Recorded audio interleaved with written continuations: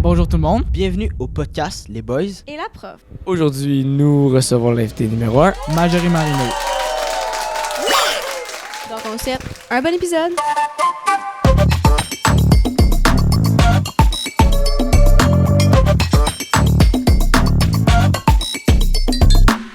Bonjour, comment ça va? Ça va bien, vous autres, la gang? Ça va super, merci. Très bien. Ben, présente-toi, dis-nous ce que tu fais dans la vie, puis c'est ça. Ben moi, c'est Madame Marino, comme vous le savez. Je suis enseignante des mathématiques depuis maintenant 4 ans. C'est ma petite présentation. Je vais être enseignante cette année. Parle-moi un peu de ton parcours scolaire. Genre, je sais que t'as vraiment eu un grand parcours scolaire, puis t'es vraiment une enseignante jeune, là, quand même. Effectivement. Dans le fond, j'ai commencé j'ai fait mon secondaire. Au secondaire, il m'est arrivé quelques petites péripéties que je vous raconterai peut-être plus tard si vous voulez. Par la suite, je suis allée au cégep faire une technique en éducation à l'enfance pour travailler quelques années en garderie. Et ensuite de ça, je suis allée faire un bac en adaptation scolaire à l'Université de Montréal. Puis, pendant mon bac, je me suis fait approcher par des directions suite à mon premier stage pour enseigner les cours d'été.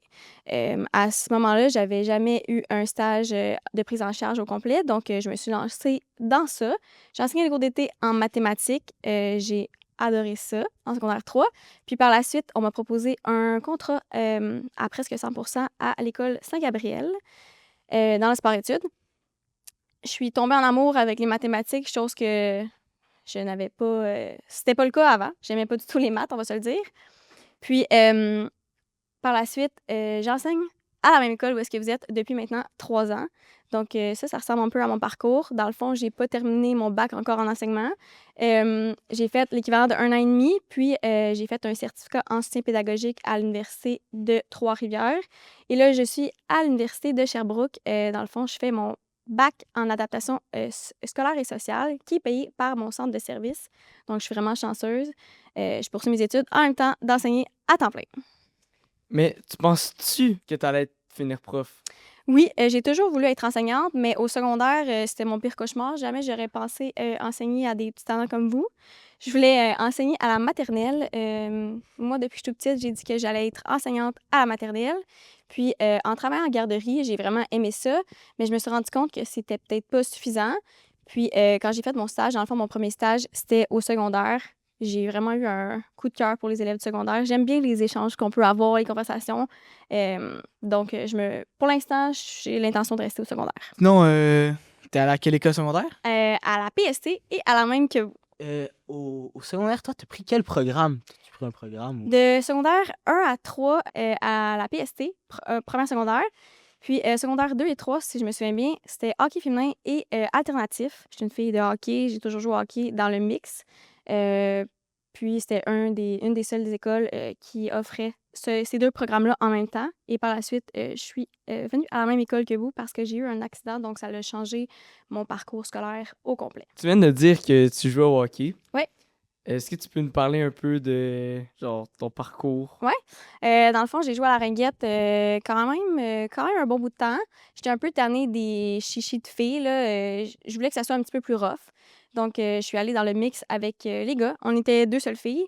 Puis, j'ai joué bantam. Dans le fond, j'avais déjà fait une petite commotion. Donc, j'avais pas le droit de faire le double lettre. Il fallait vraiment que ce soit simple lettre parce qu'à la base, on voulait préserver ma tête le plus possible des coups.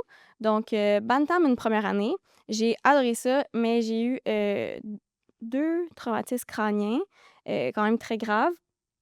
J'ai dû arrêter l'école pendant environ 1 mois dû à dans le fond, mon 2e traumatisme crânien. Puis, par la suite, j'ai fait un retour au jeu. Puis, malheureusement, il est arrivé un autre événement au hockey. Donc, 3e traumatisme crânien. Et là, j'ai manqué plus de 5-6 mois d'école. Donc, j'ai arrêté le hockey. Puis, j'ai retenté une dernière fois, même si les médecins m'avaient déconseillé de retourner au hockey là, parce qu'on sait que plus la tête est exposée à des chocs en un petit laps de temps, c'est dangereux. Donc, j'ai réessayé une dernière fois en suppliant mes parents d'accepter parce que, tu sais, en tant que parent, tu veux pas vraiment exposer ton jeune à des risques comme ça. Puis, malheureusement, il est arrivé exactement ce qu'on voulait pas qu'il arrive, c'est-à-dire un 4e traumatisme crânien. Donc là, ça a été très, très grave. Là. J'ai dû arrêter tous les cours d'éducation physique à l'école. Il a fallu que je réapprenne mon numéro de téléphone, mon adresse. Je devais me déplacer avec des bouchons dans les oreilles, des lunettes de soleil. Les foules, j'étais pas capable. Ça a vraiment eu un très, très gros impact. J'ai même participé à certaines entrevues à la radio pour sensibiliser les jeunes pour le plaquage, la mise en échec, dans le fond. Puis, j'ai aussi je suis sortie dans un journal pour expliquer, dans le fond, mon histoire, ce qui s'était passé, parce que c'est un geste violent qui n'avait pas sa place du tout dans le match qui a causé tout ça. T'as combien de commotions en tout? Des traumatismes crâniens, dans le fond, j'en ai 3 graves. J'ai fait 2 petites commotions, une avant et une par la suite en auto, une dernière il y a quelques années. T'as pas été chanceuse, là? Non, effectivement, parce que dans mon équipe, j'étais pas mal la seule à qui c'est arrivé. Là, puis c'est ça a été vraiment très, très grave. Il a fallu que je quitte en ambulance les 3 fois que c'est arrivé au hockey. Là, puis capable de marcher. Ça a été quand même très traumatisant pour moi et les gars de mon équipe, puis ma famille aussi. Là. T'es-tu resté bien, bien longtemps à l'hôpital ou... Non, quand dans le fond, tu as un traumatisme crânien, c'est pas très, très long, qui ne garde pas très, très longtemps à l'hôpital. C'est vraiment de te surveiller au début les symptômes. Là. Je pense que j'ai fait peut-être 24-48 heures maximum. Je suis restée un petit peu plus longtemps parce que j'avais énormément mal dans le dos et on ne savait pas la douleur était de où. Donc, j'ai passé plusieurs examens. Finalement, ils n'ont pas trouvé. Puis quelques années plus tard, on a découvert que j'avais, dans le fond, une fracture au dos et un trou dans la colonne. Ils savent pas exactement c'est causé par quoi, mais ouais, c'est ça. On a découvert ça suite à dans le fond, à mon premier traumatisme crânien. Mais sinon, c'est quoi, pourquoi tu voulais autant retourner jouer au hockey, même si tu savais que genre t'avais des traumatismes crâniens puis tout? Ben, le hockey, c'était vraiment tout pour moi. Là. J'avais mon chum qui jouait au hockey, mes amis qui étaient au hockey à l'école, mes amis filles. La fin de semaine, c'était le hockey civil. Fait que moi, je m'entraînais 10 à 15 heures semaine à l'Armada au hockey. C'était toute ma vie. Là. Il n'y avait rien d'autre que le hockey. Je pense que Alexis, toi aussi, tu sais c'est quoi le sport. On a chacun des intérêts Ouais. différents. Mais moi, c'était vraiment le hockey. Je vivais pour ça. J'allais à l'école pour le hockey. Puis ma seule motivation, c'était vraiment le hockey. Mais sinon, attends, je retourne au sujet prof, Ouais. école. Tu te trouves-tu chanceuse d'être prof? Oui, vraiment. C'est pas un métier qui est facile, mais je pense que j'ai la chance d'avoir vraiment un beau lien avec mes élèves. Moi, c'est ce qui me facilite la tâche énormément parce que malheureusement, c'est pas le cas de tous mes collègues. Donc, je suis vraiment chanceuse d'avoir un beau lien avec vous, entre autres. Pourquoi tu as choisi de venir en tant qu'élève et en tant que prof dans le volet alternatif? En tant qu'élève, c'était vraiment parce que je suis quelqu'un qui avance vraiment vite dans la vie. Puis, c'était plus simple pour moi d'être à l'alternatif en même temps que d'être dans le programme de hockey féminin parce que je manquais pas vraiment de matière. Dans le fond, j'avançais de façon autonome mes travaux. Fait que c'était vraiment pour ça. J'étais très organisée, chose que c'est vraiment utile à l'alternatif. Puis, en tant que prof, dans le fond, c'est qu'il y a un contrat qui s'est offert à moi, alternatif et régulier. Puis, comme je suis pas encore permanente, ça peut juste être offert aux précaires. Donc, c'est pas tous les profs qui peuvent avoir accès à ce contrat-là. Donc, c'est pour cette raison-là que j'ai pris ça. Puis, j'ai vraiment eu un coup de cœur l'année passée pour les élèves de l'alternatif. Là. Je trouve que vous êtes un peu comme une famille. C'est plus familial. Fait que j'ai vraiment aimé ça. Autant que j'adore le régulier, là, mais c'était vraiment pour ça que je suis à l'alternatif. Y a-tu une raison? Mais tu disais qu'avant, t'étais avec les réguliers, hein? Ouais. Mais y a-tu une raison pourquoi tu voulais vraiment venir avec Alterne, genre? C'est vraiment juste parce que c'est ça, le contrat s'offre juste aux précaires. Précaire, ça veut dire que t'es pas encore t'as ta permanence. Puis quelqu'un qui a, mettons, son bac, qui a fini que sa permanence, il peut pas avoir accès à ce poste-là. Fait que c'est comme un restant de tâches qui était disponible, qu'on a mélangé avec une tâche du régulier. Comme l'année passée, j'enseignais en secondaire 2 au régulier. En secondaire 3, j'avais 2 groupes à l'alternatif. J'avais un groupe conseil. Puis en secondaire 5, j'avais un groupe au régulier. Sinon, habituellement, c'est pas possible de mélanger les 2 tâches ensemble. Fait que c'est vraiment pour ça. Puis je suis une fille de défi, donc la direction savait que c'est un défi que je serais capable de bien relever. Quand t'étais à notre âge au Ouais. secondaire, t'avais-tu des bonnes notes? Oui, quand même. J'avais quand même des bonnes notes avant d'avoir mon accident. J'étais pas la fille qui étudiait le plus, non nécessairement, mais ça se passait bien. Après mes commotions, c'est sûr que ça a été extrêmement difficile. Les médecins, ils pensaient pas que j'allais réussir à avoir mon diplôme d'études secondaires dû à dans le fond, à l'accident, là, vu que j'arrivais pas à rien retenir. Ils me disaient que ça serait pas possible, probablement que je termine mon secondaire.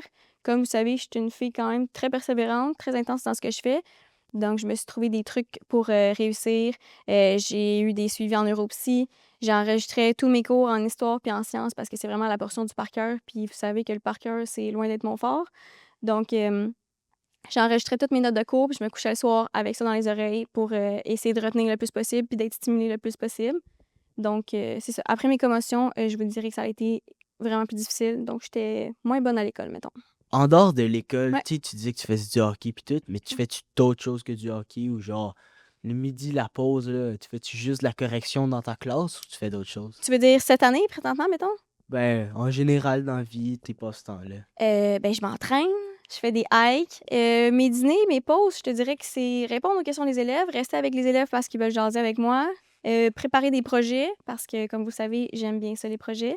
Donc, monter des activités, corriger pour vous donner une rétroaction rapide. Bon, ça, c'est la question que tout le monde attendait.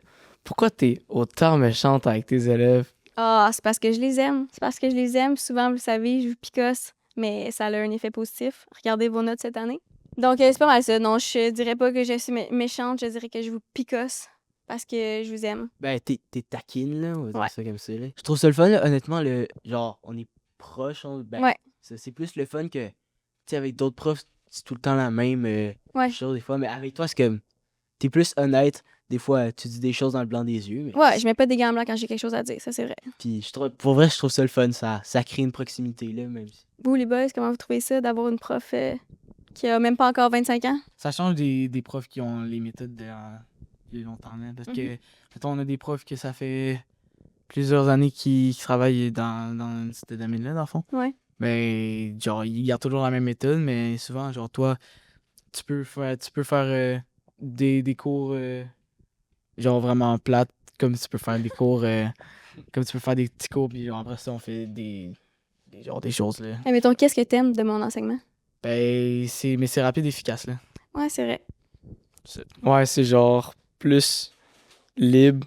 Ça c'est cool, là. Puis est-ce que vous aimez les projets que je vais faire? Ou vous Ouais. aimez mieux les examens, c'est un papier? Oh, ben, je préfère les projets. Comme le projet. Des Ouais, solides? ouais, c'est ça que j'allais dire, dans le fond. Tu sais, tu disais que t'avais des passe-temps, mais je sais Ouais. aussi que tu t'es lancé une chaîne TikTok, là, puis sur Instagram. Oui, aussi. oui, oui. T'as un Instagram de prof, puis une Ouais. chaîne TikTok de prof. Ouais, J'ai vu un- exact. Mais pourquoi, en fait, là? En fait, Instagram, c'est parti. Ma première année d'enseignement, j'avais un Facebook prof, un Messenger prof. C'était une façon simple aux élèves de me contacter.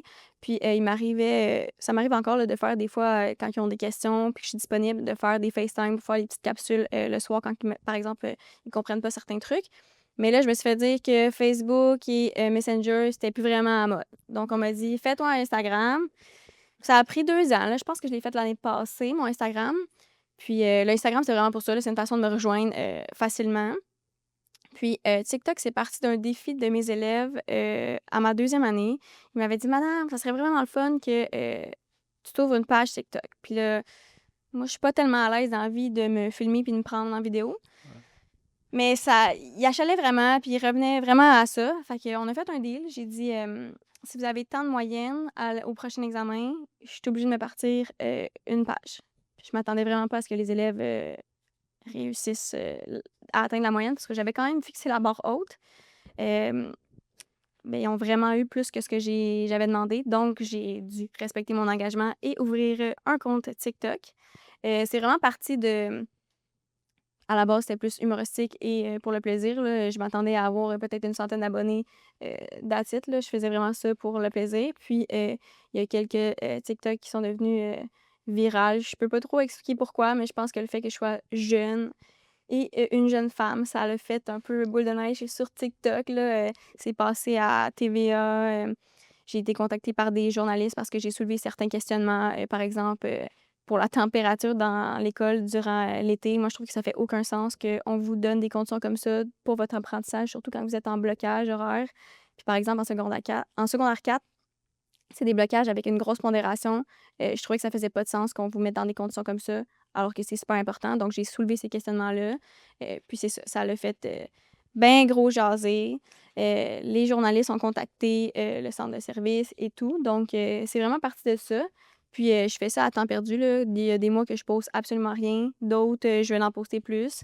Mais j'aime bien ça. Ça se veut humoristique pour avoir le plaisir. Là. Je me prends pas vraiment pour quelqu'un d'exceptionnel. Là. C'est vraiment plus pour les élèves que je fais ça. Ton contenu, là, Ouais. c'est-tu plus dans le humoristique ou c'est plus dans le... Sérieux, mettons?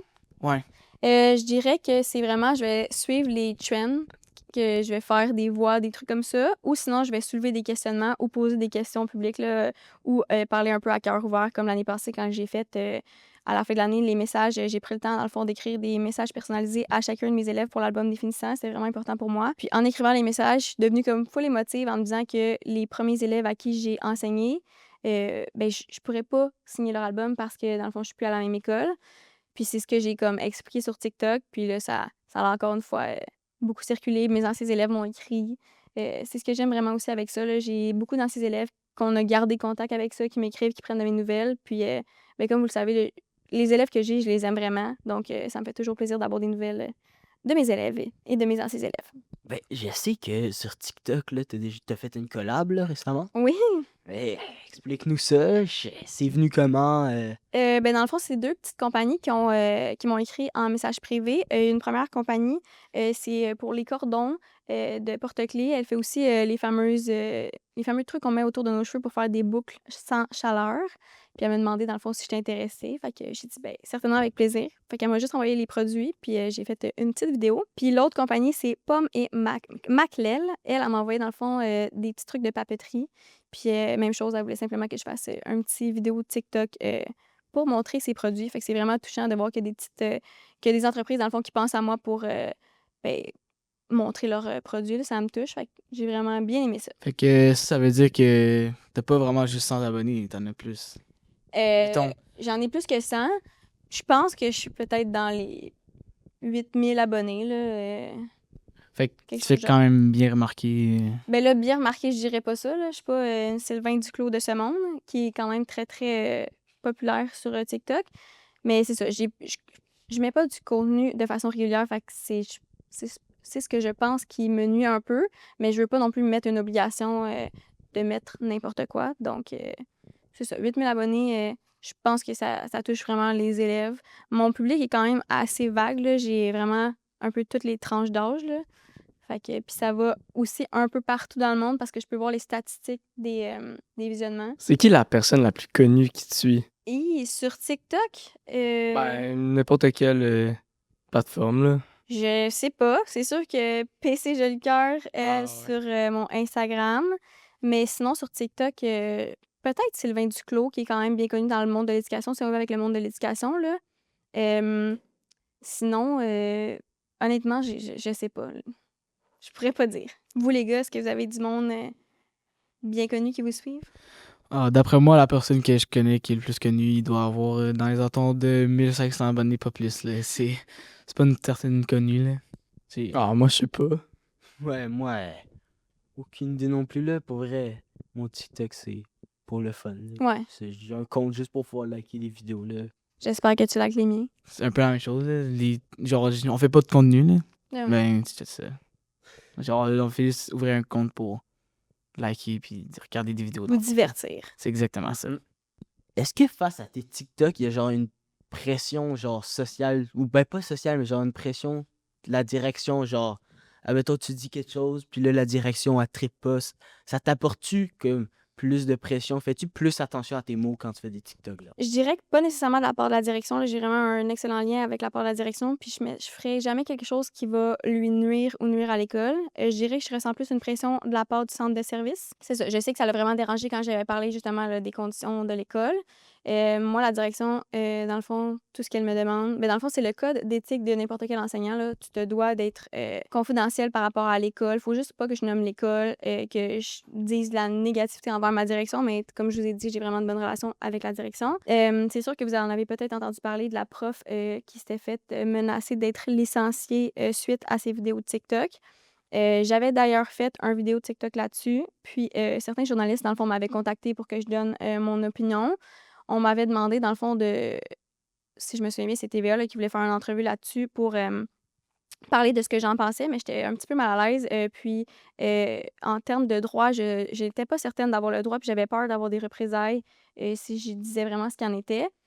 Pour ce qui est de mon contenu, tu sais, comme vous avez vu, c'est vraiment du contenu humoristique. Ça va jamais être en mal de la direction. C'est vraiment le but d'être drôle. C'est sûr qu'il faut que ce soit respectueux, langage respectueux. Fait que vraiment, je fais attention à ce que je dis, c'est sûr. Tu sais, sur les réseaux sociaux, le monde exagère vraiment un peu sur tout, là. Quand j'avais fait la vidéo pour parler de la température, j'avais le matin mis une petite chemise très, très mince. Puis le monde dans les commentaires chialait sur le fait que ben, si t'as chaud, enlève ta veste.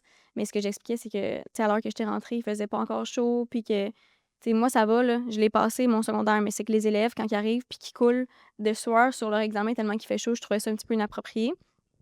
Fait que je sais que ça te dérange.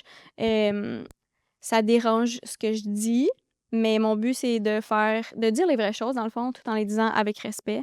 Un peu comme je vous ai toujours dit depuis le début de l'année, tu peux tout me dire, tant que c'est fait avec le respect, ben c'est la même chose que je fais sur les réseaux sociaux, là.